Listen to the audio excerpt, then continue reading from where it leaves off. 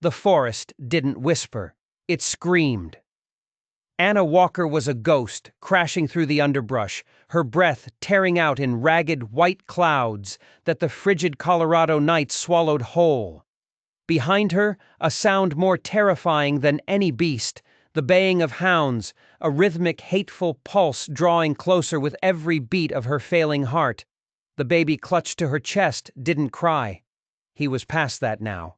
A soft, constant whimper leaked from the folds of the torn shawl, the only thing between his tiny body and the teeth of the winter wind.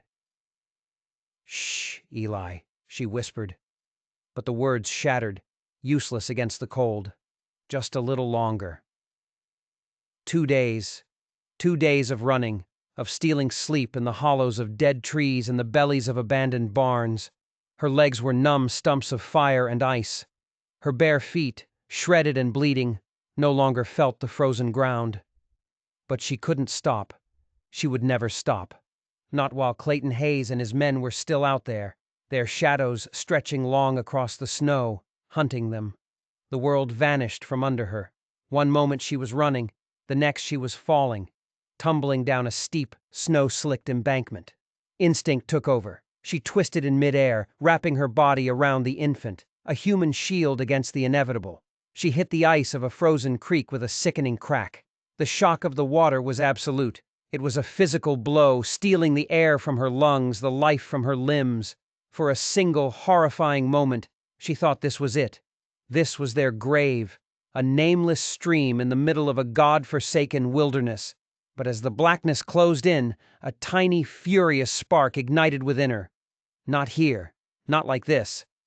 With a surge of pure will, she clawed her way up the opposite bank, her nails breaking against the frozen mud. The wind was a blade, slicing through her soaked clothes, carving her down to the bone. And then she saw it.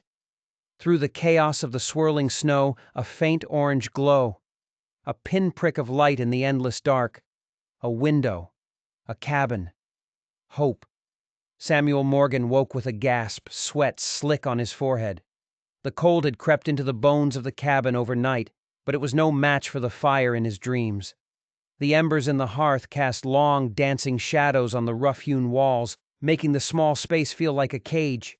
It was always the same nightmare. The screams of dying men. Union boys he couldn't save.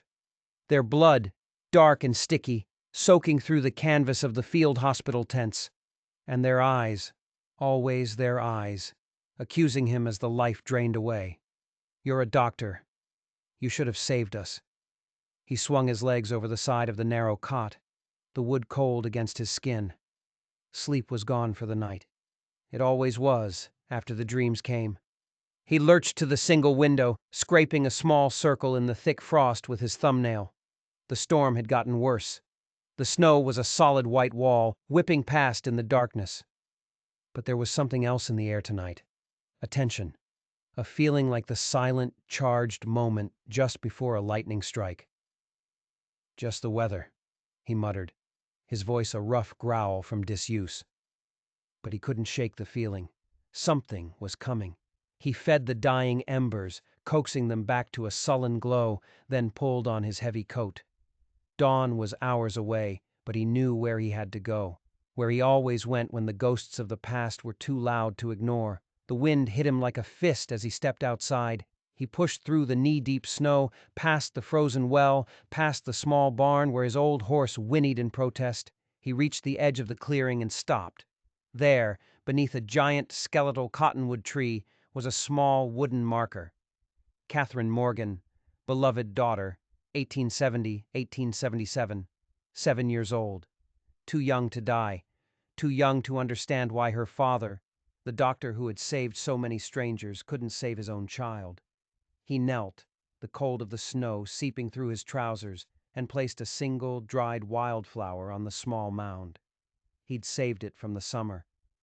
"I'm sorry, Kathy," he whispered, the words stolen by the wind. "I'm so sorry." The wind howled back, an empty, desolate sound, but tonight it seemed to carry something else. Something that didn't belong, a distant sound, a human sound. Samuel tilted his head, listening. The forest was his kingdom, and he knew its every secret, its every voice. This was not one of them. There it was again, a cry, faint but unmistakable. He stood, his body tense, scanning the darkness. For 7 years, no one had come this far into the mountains. He'd made sure of it. Solitude was his penance. The closest town was a day's ride. The few people who knew he existed, like Sarah Wheeler who brought his supplies, respected his wish to be left alone. The cry came again, closer this time. A part of him, the part that had built these walls of isolation, screamed at him to ignore it, to go back inside and bolt the door. His life of saving people was over. It had ended in failure. Then, cutting through the roar of the blizzard like a knife, he heard it, the wail of a baby. His resolve didn't just crack, it shattered. He sprinted back to the cabin, his heart hammering against his ribs. He grabbed his rifle from its pegs above the door and stood in the center of the room, waiting, his knuckles white on the cold steel. The knock, when it came, was so soft he almost missed it. 3 faint taps, like a wounded bird fluttering against the door. Samuel raised the rifle to his shoulder, the stock familiar and cold against his cheek. He took a deep breath and slowly, carefully, lifted the latch. She didn't walk in. She fell. A heap of wet rags and blue-tinged skin, collapsing onto his floor. Her dark hair was a mess of frozen strands plastered to a face that might have been beautiful once, before fear had carved its signature into her features. She was barefoot. Her dress was in tatters. But Samuel's eyes, the doctor's eyes, were locked on the bundle clutched to her chest. A baby, wrapped in what looked like a man's old shirt. And its tiny face was terrifyingly still. His instincts, buried under 7 years of grief and solitude, roared back to life. Hypothermia, exhaustion, frostbite. The woman was on the edge of death. The baby was already over it. "Please," she whispered, her voice a dry rasp. Her eyes, wide and wild with a desperation he knew all too well, found his. She didn't even seem to see the rifle pointed at her heart. Help him. Samuel was frozen, caught between the man he was and the man he had become. This woman was trouble. She was a complication he didn't want, a question he didn't want to answer. Every fiber of his being screamed at him to shut the door, to send her back out into the storm and let fate decide. But then the baby, Eli, made a tiny, gurgling sound. A sound that wasn't a cry, but a final desperate plea for air. Samuel's resistance crumbled to dust.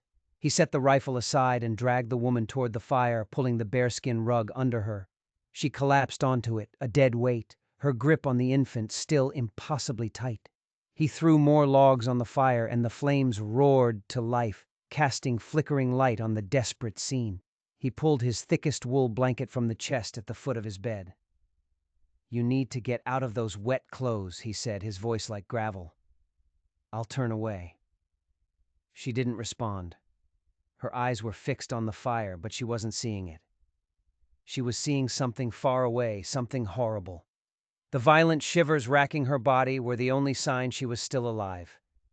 He touched her shoulder gently. "The baby," he said, his voice softer.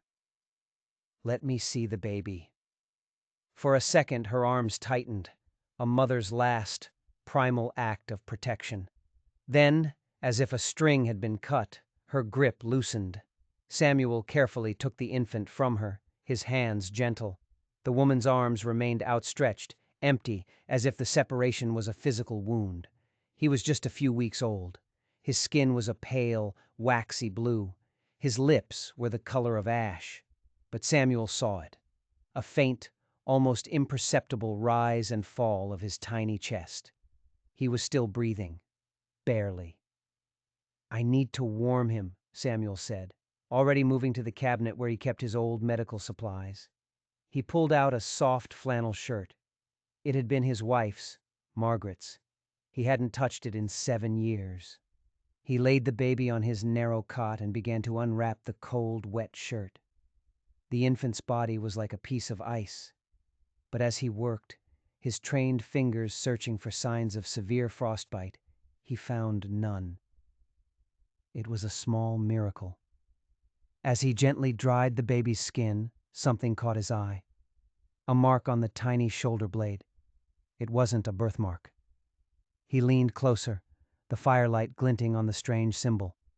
It was a tattoo, a tiny, intricate design in the shape of a rising sun, the symbol of the Apache.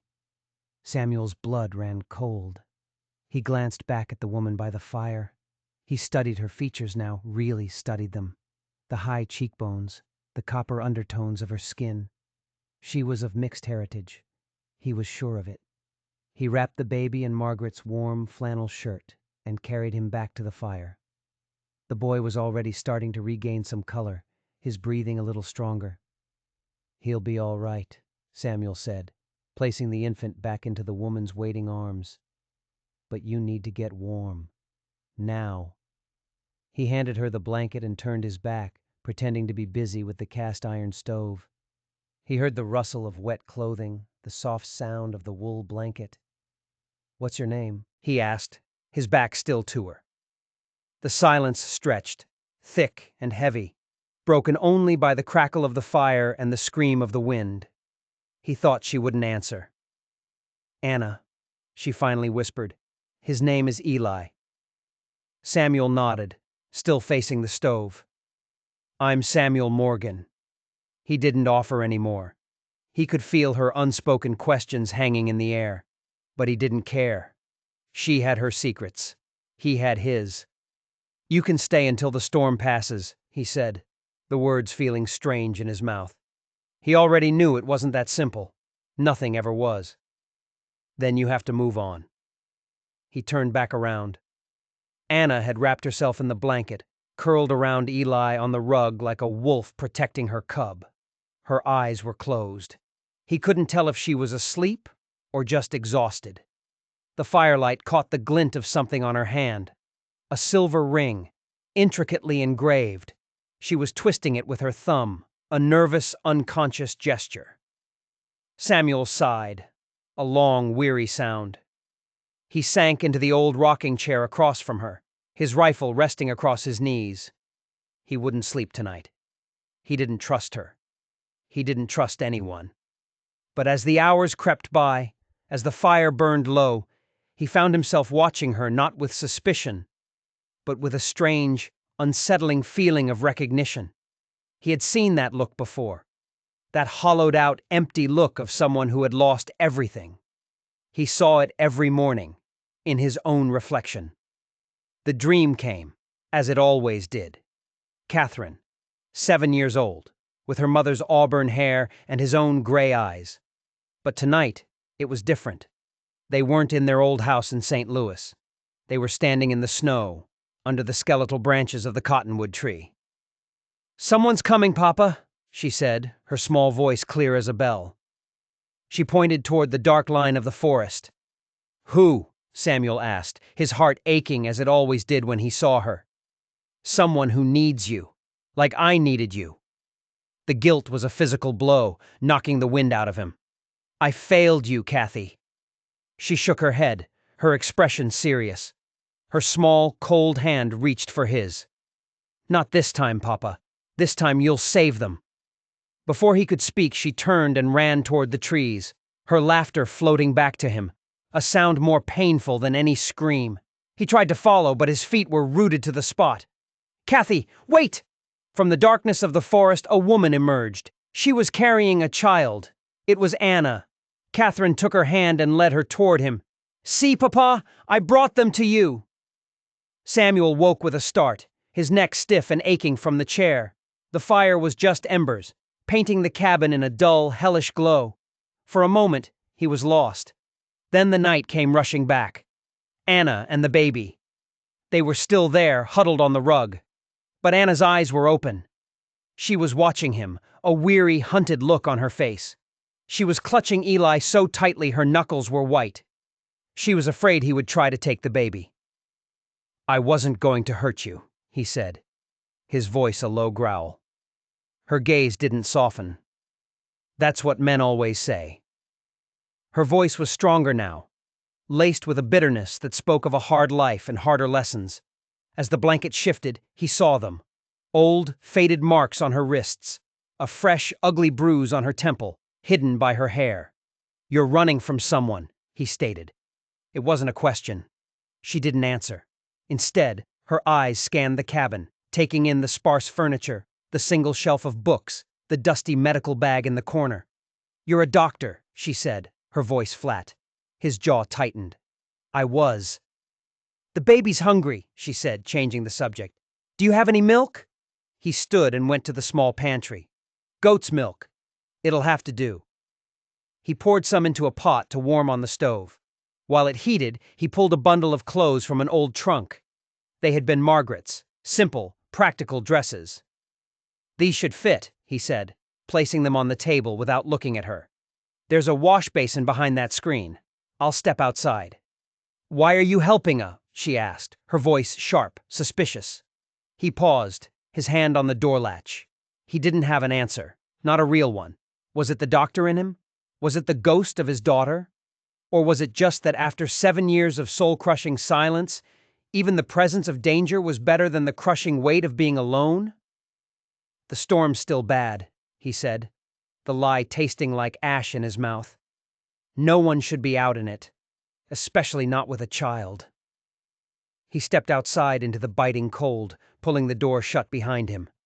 He welcomed the cold. It was clean, simple. It cleared his head of the memories and the dreams that her presence had stirred up. He went to the barn, the familiar routine of tending to his horse and the 2 goats a small comfort. But his mind was a whirlwind. Who was she running from? What had driven a woman with a newborn into the heart of a blizzard? And that tattoo, that Apache sun symbol. What did it mean? He gathered firewood, his thoughts racing. By the time he returned to the cabin, the snow was falling again, thick and heavy. He knocked before entering. When he opened the door, she was transformed. She was wearing one of Margaret's dresses. It hung loose on her thin frame, but she looked human. Her dark hair was combed back from her face, still damp. She was sitting in his rocking chair, feeding Eli with a small cloth dipped in the warm milk. The baby suckled eagerly, his tiny hands clutching the cloth. "Thank you," she said quietly, her eyes still on the child. "For the clothes. For the milk." Samuel just nodded. He busied himself with the fire, trying not to stare. It had been so long since the cabin had felt like anything other than a tomb. The sight of her, of the baby, it was like a knife twisting in an old wound. As the flames grew, he studied her more closely. She was younger than he'd thought, mid-20s maybe, and beneath the exhaustion, beneath the fear, there was something else. A resilience, a strength that reminded him of the aspen trees that clung to the mountainside, surviving the harshest winters. "How did you find this place?" he asked, his voice carefully neutral. "There's nothing out here for miles." Her fingers went to the silver ring on her left hand, twisting it, twisting it. "We were looking for shelter," she said, but her eyes wouldn't meet his. The lie was as thin as the ice on the creek. He didn't push. He had his own secrets to keep. "You can stay until the weather clears," he said, repeating the offer. "After that, you need to go. Echo Springs is a day's ride east." She just nodded, her gaze distant. He wondered if she even had a place to go, or was she just running from the man who had left those marks on her wrists. "I need to go hunting," he said abruptly, needing to get out, to get away from the memories she was stirring up. "There's more milk for the baby, bread in the pantry." He pulled on his heavy coat, checked his rifle. He could feel her watching him, her dark eyes a mixture of fear and a fragile, desperate hope. "We'll be gone when you get back," she said suddenly, her voice tight. He paused, his hand on the door.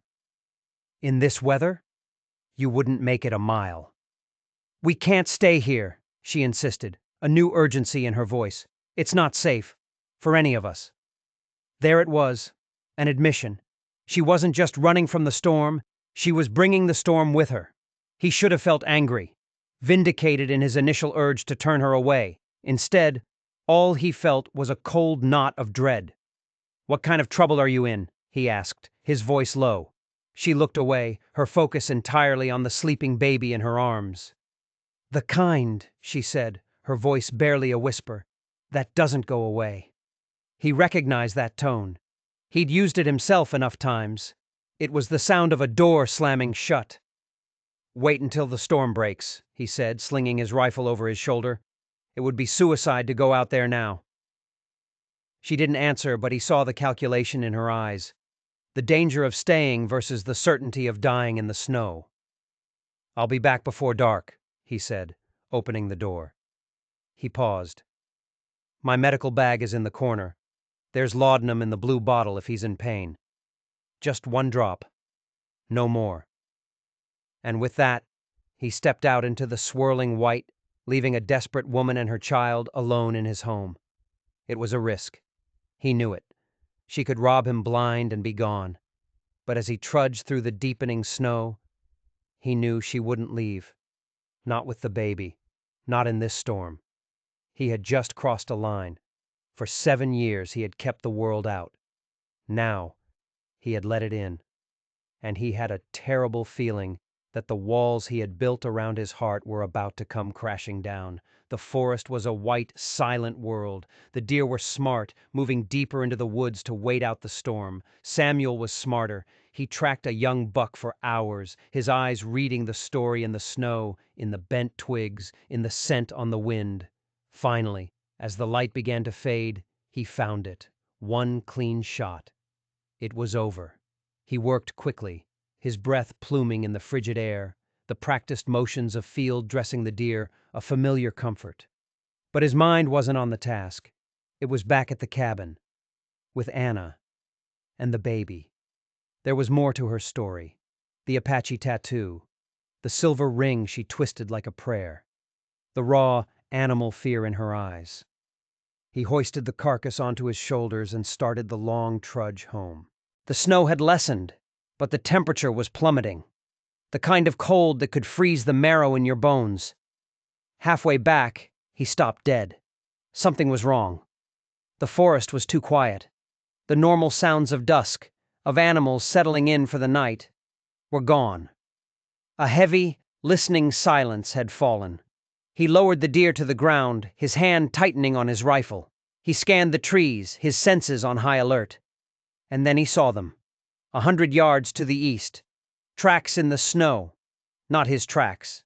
Human tracks. Made by expensive boots, not the worn-out gear of a hunter or trapper. And they were heading directly toward his cabin. He abandoned the deer and moved through the trees, silent as a shadow, his heart pounding a frantic rhythm against his ribs. He had thought her pursuers were far behind, lost in the storm, but if they had tracked her this far, in this weather, they weren't just men, they were predators. A branch snapped nearby. Samuel froze, every muscle tensed. He turned his head slowly, deliberately. 20 yards away, a man stood watching him. He wore an expensive wool coat, the kind you'd see in Denver, not in the high country. A pistol was held loosely in his gloved hand. He was tall, broad-shouldered, with a neatly trimmed beard and the easy confidence of a man who was used to being in charge. "Good evening," the man called out, his voice smooth and cultured. "I seem to have lost my way in this godforsaken wilderness. Don't suppose you could point me toward some shelter?" Samuel kept his rifle ready. "There's nothing out here but my cabin," he said, his voice flat and cold. "And I don't take guests." The man smiled, but it was a cold, dead thing that never reached his eyes. "I'm not particular. The name's Hayes, Clayton Hayes." He took a step forward, extending a hand as if they were meeting in a gentleman's club. Samuel didn't move. "Samuel Morgan. This is private property, Mr. Hayes." Hayes let his hand drop, the smile never wavering. "My apologies. I'm looking for someone. A young woman, traveling with a baby. They're family of mine. Wandered off. I'm worried for their safety." The lie was so smooth, so practiced, it was almost perfect. But Samuel had seen the bruises on Anna. He had seen the terror in her eyes. "Haven't seen anyone," Samuel said, his voice a stone. "Like I said, Nothing out here but me. Hayes studied him for a long, silent moment, his pale eyes like chips of ice. Strange place for a man to live alone. I value my privacy. Indeed, Hayes said, nodding slowly. Well, I won't keep you. If you do happen to see a young woman, mixed blood, dark hair with an infant, I'd be much obliged. I'll be in Echo Springs for a few days. If I see anyone, Samuel said, choosing his words carefully, I'll be sure to point them toward safety. Hayes's smile tightened at the edges. Very good. He tipped his hat, a mocking gesture of respect. I'll leave you to your business, Mr. Morgan. The man turned and melted back into the trees. Samuel didn't move a muscle until he was sure he was gone. Then he ran. He didn't bother with the deer. He took a winding, difficult route back to the cabin, his mind racing. He burst through the door, rifle in hand. Anna was standing by the fireplace, a long kitchen knife clutched in her hand, her knuckles white. Her eyes were huge in her pale face. "Did you see him?" she whispered, her voice tight with a terror that was suffocating. He nodded, ramming the bolt home on the door. "Clayton Hayes. He's looking for you." All the color drained from her face. She sank into the rocking chair, the knife still gripped in her hand. "He found us." "He didn't see you," Samuel assured her, moving around the cabin, checking the shutters, securing every weak point. "I told him I was alone." "He won't believe you," she said, her voice a hollow echo. "He'll be back. He always comes back." Samuel wanted to ask 100 questions, but the sheer, naked terror on her face stopped him. He built up the fire, put water on to boil. "We're safe for tonight," he said, with more confidence than he felt. "The storm's getting worse. He won't risk the mountains in the dark." She didn't seem to hear him. Her grip on the knife loosened slightly. She stared down at Eli, sleeping in the makeshift cradle he'd made from a drawer. "I need to know what I'm up against," Samuel said quietly, his voice gentle but firm. "Who is he, Anna? Why is he hunting you like this?" Her fingers found the silver ring twisting. For a long time, she was silent. Then, in a voice flat and devoid of all emotion, she said 2 words that chilled him to the bone. "He owns me." Samuel felt a wave of nausea. "He thinks he does," she continued, her voice still a dead monotone. "He bought me. From a trader in Denver, 3 months ago. Slavery was supposed to be over, but he knew. Out here, in the shadows, for a woman with native blood, the law was a distant, meaningless thing." "And the baby?" he asked, already knowing the answer. A flicker of defiance sparked in her dead eyes. "Not his. Eli was Thomas's son." "Thomas." A ghost of a smile touched her lips, a sad, broken thing. Thomas Standing Bear. He worked on Hayes's estate. He was Apache, a scout for the army during the war. Hayes kept him on to guide his rich friends on hunting trips. The smile vanished. Thomas saw what Hayes was. He saw how he treated me. He helped me escape. We were going to his people's land, a place where Hayes could never find us. Her voice cracked. "We didn't make it. Hayes and his men, they found us in the foothills. They shot Thomas in the back. Said he was stealing property. Me." She took a shuddering breath. "I ran. I've been running ever since." Samuel listened in silence, a cold, hard rage building in his gut, a rage he hadn't felt in years. "The ring," he said, nodding toward her hand. She looked down at it, as if she'd forgotten it was there. "It was Thomas's, a family heirloom. I took it from him. Before I ran." Her voice dropped to a whisper. "It's all Eli has left of his father." Samuel moved to the window, peering through a crack in the shutters. The snow was a blinding, swirling vortex. They were safe for now, but Anna was right. Hayes would be back. "You don't know him," she said, her eyes haunted. "What he wants, he takes. And he wants Eli." Samuel frowned. "The baby? Why?" "He has no heir," she whispered. "When he found out I was pregnant, he convinced himself the child was his. Even though," she swallowed hard, "even though he never touched me. The unspoken words hung in the air, ugly and monstrous. Hayes wanted a son, and he had simply decided Eli would be his. When Eli was born, she continued, her hand hovering protectively over the cradle, and it was clear he was Thomas's son, I thought Hayes would leave us alone. But he became obsessed. He wanted to raise him as his own, to erase every trace of his father, of his Apache blood. Her voice hardened, the first real strength he'd heard from her. I would rather die than let him have my son. Samuel looked at her, at the fierce, protective fire in her eyes. He believed her. But he knew that against a man like Clayton Hayes, it wouldn't be enough. "We'll think of something," he said, surprised by his own words. When had this become we? "For now, you need to rest. Take the bed. I'll keep watch." She nodded, too exhausted to argue. She lifted Eli from the cradle and carried him to the narrow cot in the corner. Samuel turned away, giving her privacy, his eyes falling on the dusty medical bag. Once a healer, now a hermit. Once a family man, now alone. And now a woman and child were sleeping in his bed, with a monster hunting them through the snow. He sat in the rocking chair, his rifle across his knees, and settled in for a long, cold night. The ghosts of his past were silent for once, drowned out by the very real threat that was waiting just beyond his cabin walls. And deep inside him, a part of himself he thought had died with his daughter began to stir. The part that had taken an oath to do no harm and to help those in need. Dawn came, but the storm didn't break. The world outside was a swirling chaos of white. Samuel hadn't slept. He'd watched the shadows, listening to the wind, every nerve on edge. There had been no sign of Hayes, but that was no comfort. A man like that didn't give up. He waited. Anna was awake, sitting by the fire, nursing Eli. The sight sent a familiar pang of loss through him, so sharp it almost stole his breath. He pushed it down, focusing on the immediate threat. "He'll be back," she said, her voice quiet but certain, "as soon as the storm clears."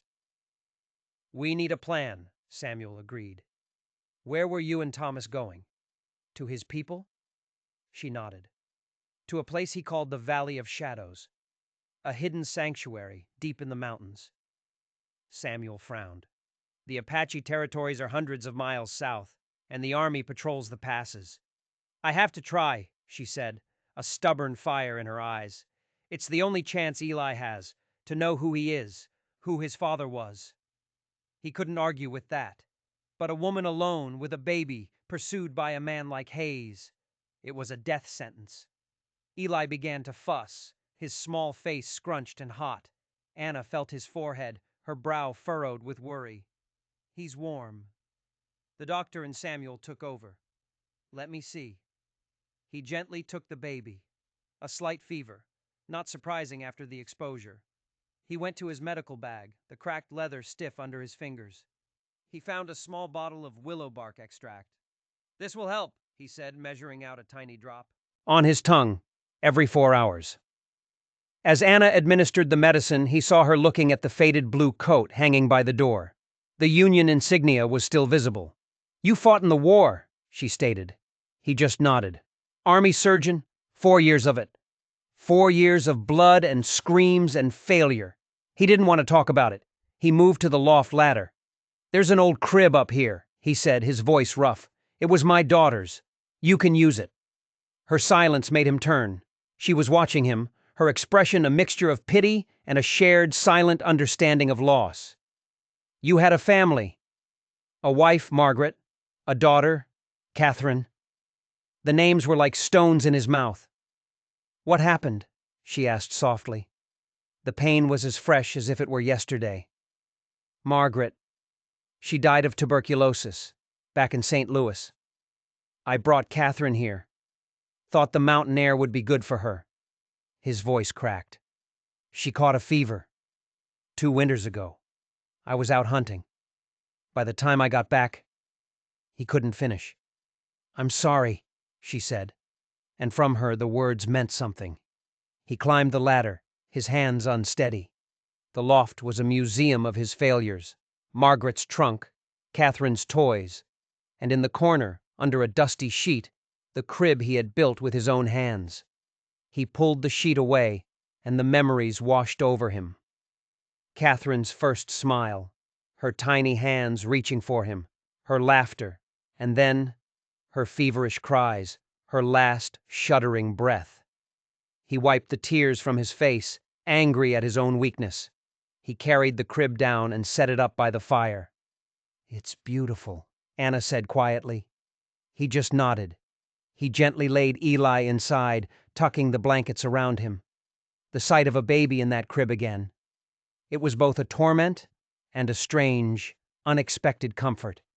He needed to get out. "I have to get that deer I shot," he said. "We'll need the meat." "You're going out again?" Her voice was sharp with fear. "What if he comes back?" "Bar the door behind me," he instructed. "Don't open it for anyone. There's a pistol in the drawer by the bed. Use it if you have to." He stepped outside, the cold a welcome shock. He followed his tracks from yesterday, his mind a battlefield. He was getting involved. Too involved. This wasn't his fight. He found the deer carcass half buried in new snow, but untouched. As he hoisted it onto his shoulders, he thought about Anna and Eli. Their presence had shattered the careful, empty peace of his solitude. For 7 years, he had been a ghost. Now he felt dangerously, terrifyingly alive. He was so lost in thought he almost missed it. A broken branch, a scuff mark in the snow where there shouldn't be one. Footprints. He froze, every muscle tensed. He scanned the trees, a flash of movement, a figure bundled against the cold. "I know you're there," he called out, his voice a low growl. "Show yourself." A woman emerged from behind a tree. An old woman, her hair gray, her face a roadmap of wrinkles. Samuel lowered his rifle, stunned. "Sarah?" Sarah Wheeler, the woman who brought his supplies once a month, smiled grimly. "Still as friendly as ever, I see." "You're early," he said, confused. "Heard some news in town," she said, her sharp eyes missing nothing. "A rich fella, name of Hayes, asking questions, asking about a hermit in the mountains, asking about a woman and a baby." Samuel's blood ran cold. "I figured they found their way to you," she said, her voice dropping lower. "That man is poison, Samuel. They say he's a land speculator, but there's more to it. Bad business down south, with the tribes." "He says the woman is his family," Samuel said, testing her. Sarah snorted. "And I'm the Queen of England. No, that man is hunting, and not for deer." She paused, glancing around nervously. "There was a Major Clayton Hayes with the 7th Cavalry, famous for how he handled native prisoners, not in a good way." The pieces were clicking into place, a cruel, calculating man with a military background. "There's more," Sarah said, her voice barely a whisper.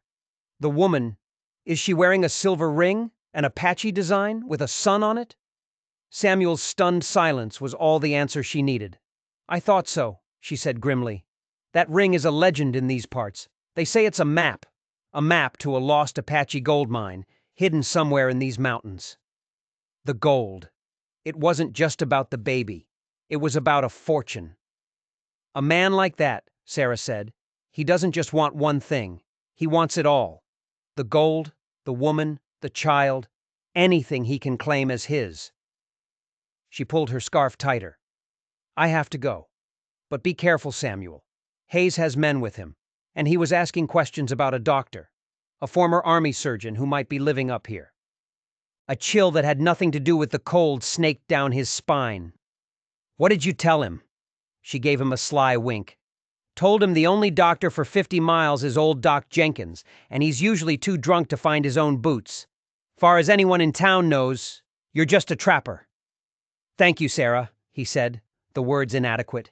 "You saved my boy's leg after that logging accident," she said gruffly. "Just returning the favor." Her expression softened. "Take care of them, Samuel, and yourself." She disappeared back into the trees, leaving him alone with the dead deer and a new, terrifying understanding of the danger they were in. Hayes wasn't just a cruel man, he was a treasure hunter, a monster blinded by greed. He raced back to the cabin, his heart pounding. Smoke was curling from the chimney. Through the window he could see Anna, Eli strapped to her chest. For the first time in years, the cabin looked like a home, but as he got closer, he saw it, and his blood turned to ice. Fresh tracks in the snow, leading from the trees all the way around the cabin and back again. Someone had been here while he was gone. Someone had been watching them. The hunt wasn't coming, it was already here. Samuel approached the cabin like a wolf, rifle ready. The tracks told a story. Someone had circled the entire building, examining every window, every possible way in. But the door was still barred. He knocked 3 times, a sharp-coated rap. "Anna, it's me!" The door opened a crack. He saw her face, pale and drawn, her eyes wide with terror. She was holding the pistol. "Someone was here," she whispered. He pushed his way inside, ramming the bolt home. "I know. Did they try to get in?" "No," she breathed. "Just watching. I heard footsteps on the porch, saw a shadow pass the window. He dumped the deer carcass on the floor.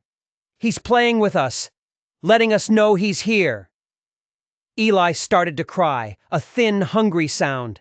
Anna went to him immediately, her movements jerky with fear. "We have to leave," she said, her voice surprisingly steady. "Now, before he comes back with his men." Samuel shook his head. "No, that's exactly what he wants, to flush us out into the open. In here, we have shelter, we have walls." He gestured to the deer. "We have food.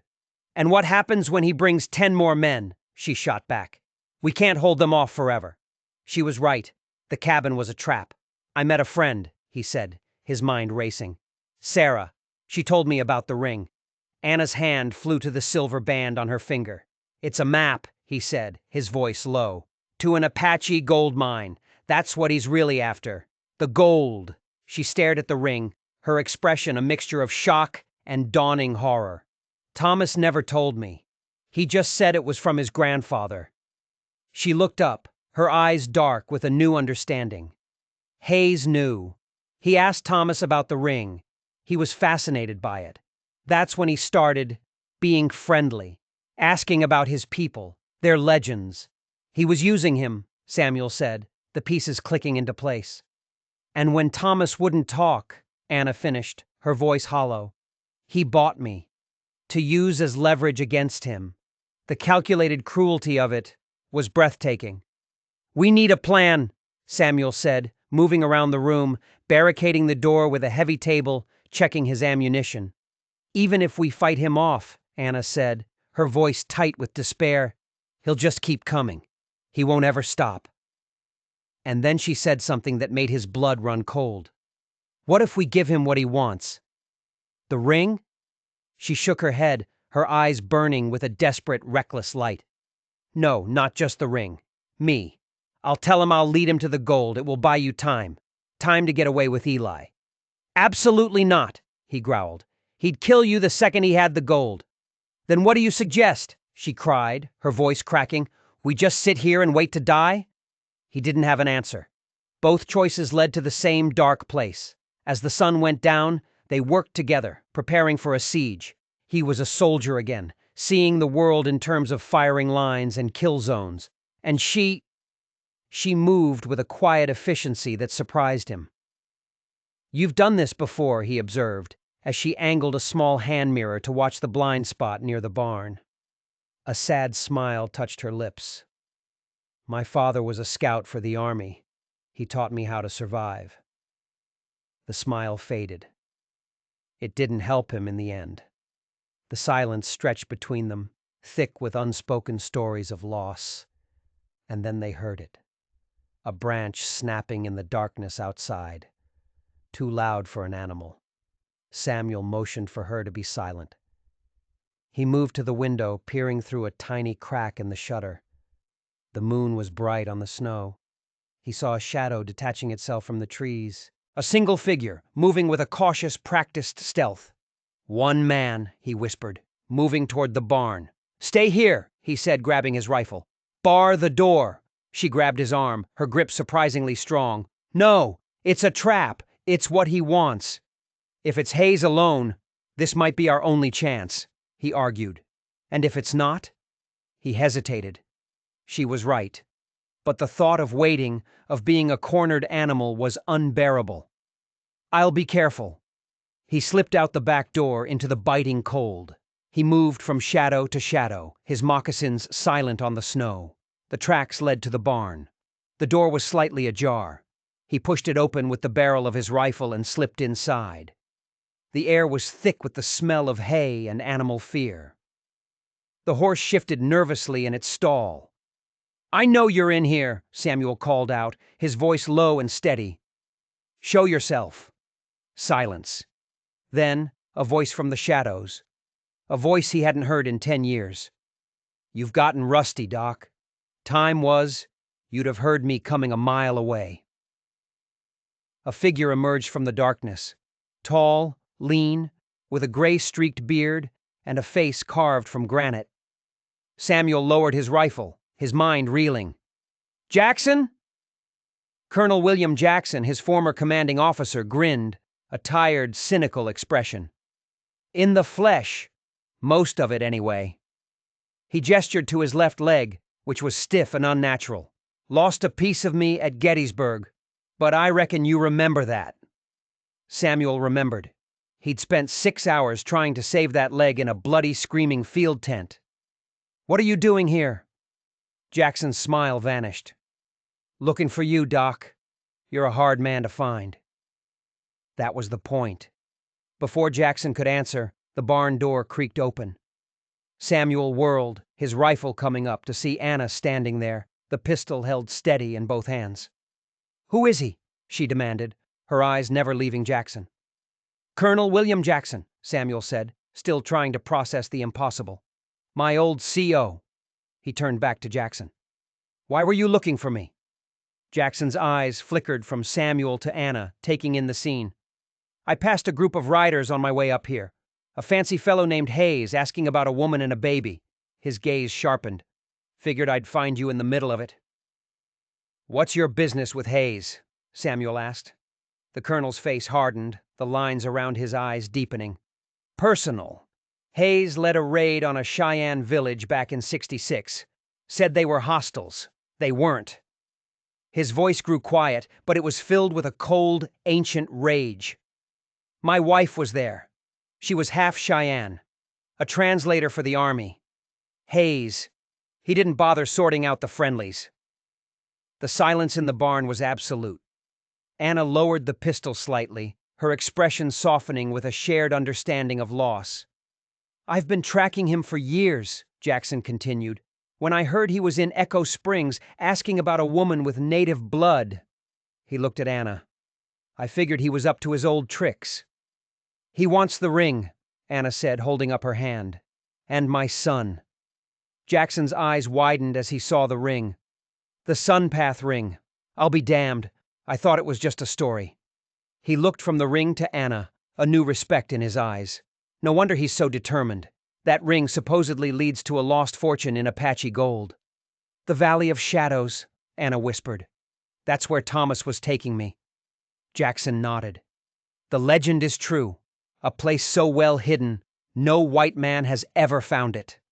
He straightened up, a new purpose in his bearing.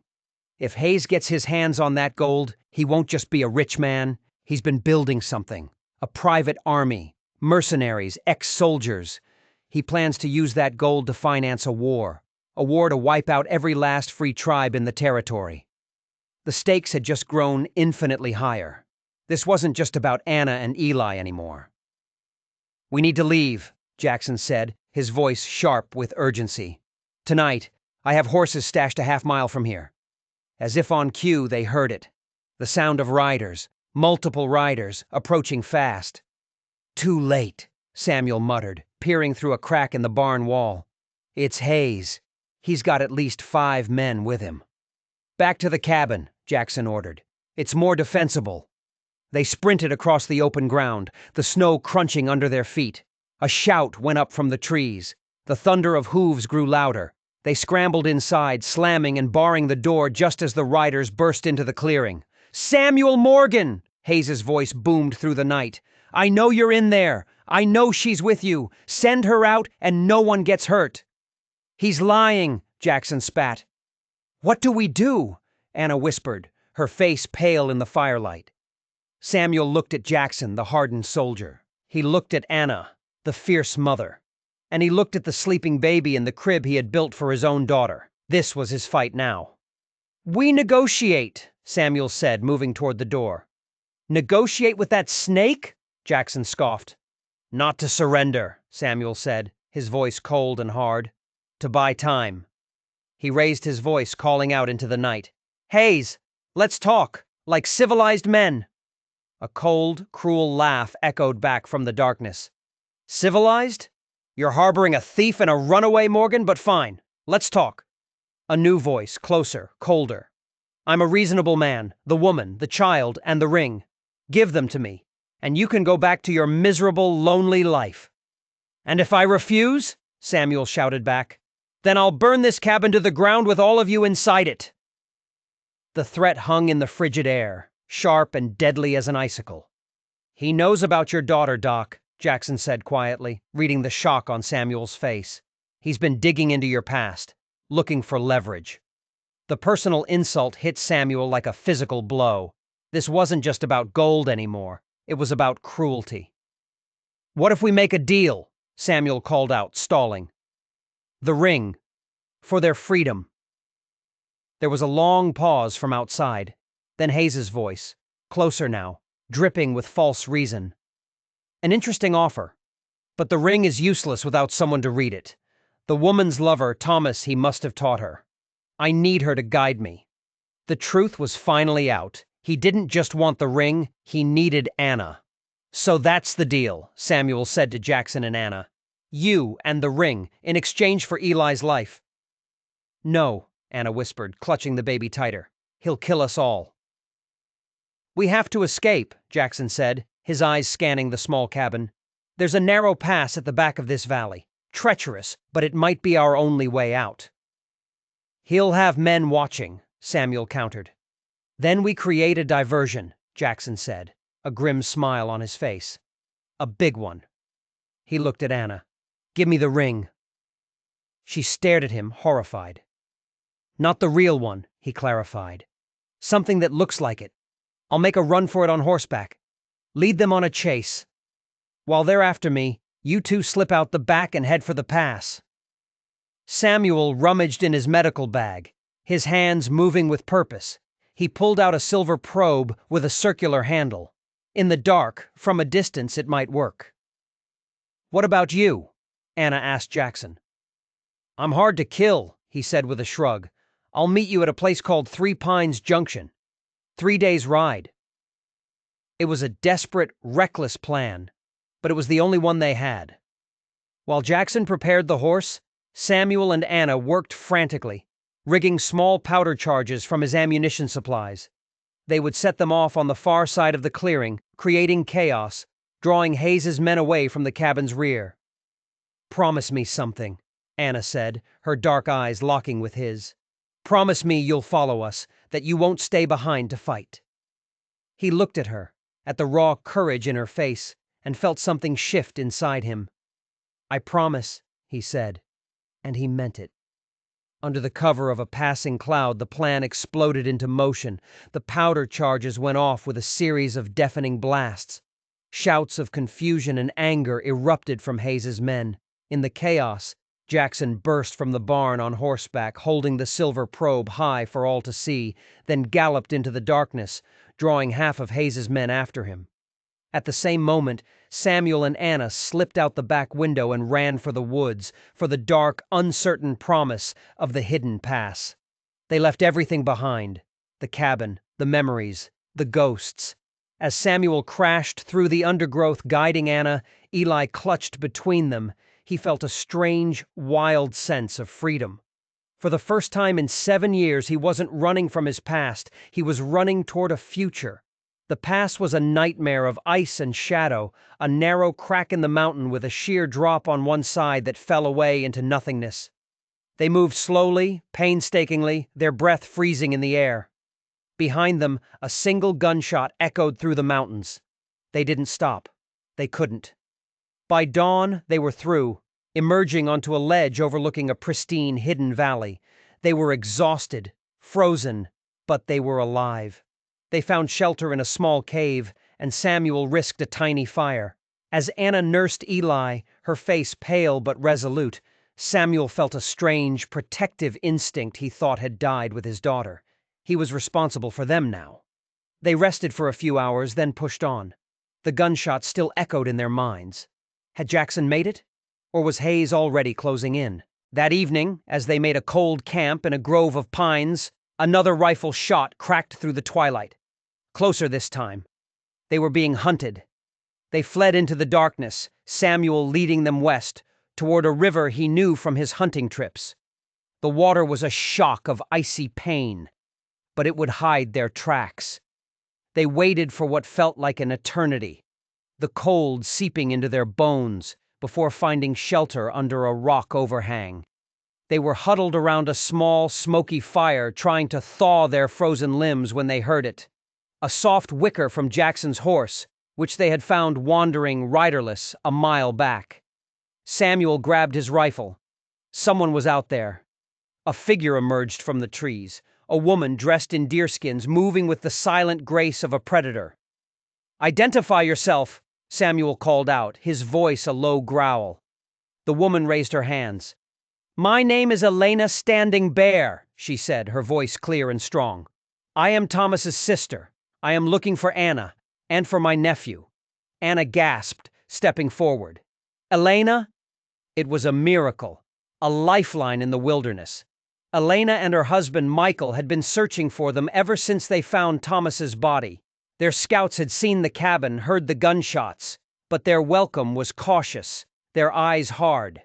"You have brought outsiders to our lands," Michael said, his gaze lingering on Samuel and Jackson, who had finally limped into their camp, a nasty bullet wound in his side. "They saved us," Anna insisted. "Hayes is close," Elena warned. "Our scouts saw him this morning. He is half a day behind you. We must leave now, for the Valley of Shadows. The paths are hidden. He will not find us there."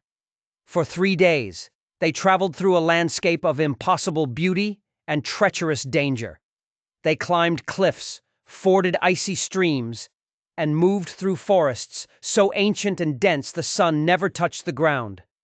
Finally, Elena led them to a sheer rock wall, a place that looked like a dead end. But she slipped through a narrow fissure, a crack so well hidden it was invisible until you were standing right in front of it. They followed her into the darkness and emerged into paradise. The Valley of Shadows was a world unto itself, a lush green basin warmed by hidden thermal springs, sheltered from the winter that gripped the world outside. Small, neat dwellings were scattered among the trees. Children played by a clear, sparkling stream. It was a place of peace, of impossible survival.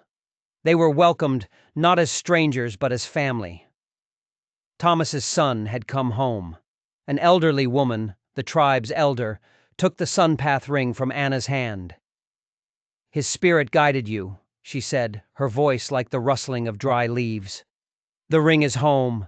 The curse is contained." "Curse?" Samuel exchanged a look with Jackson.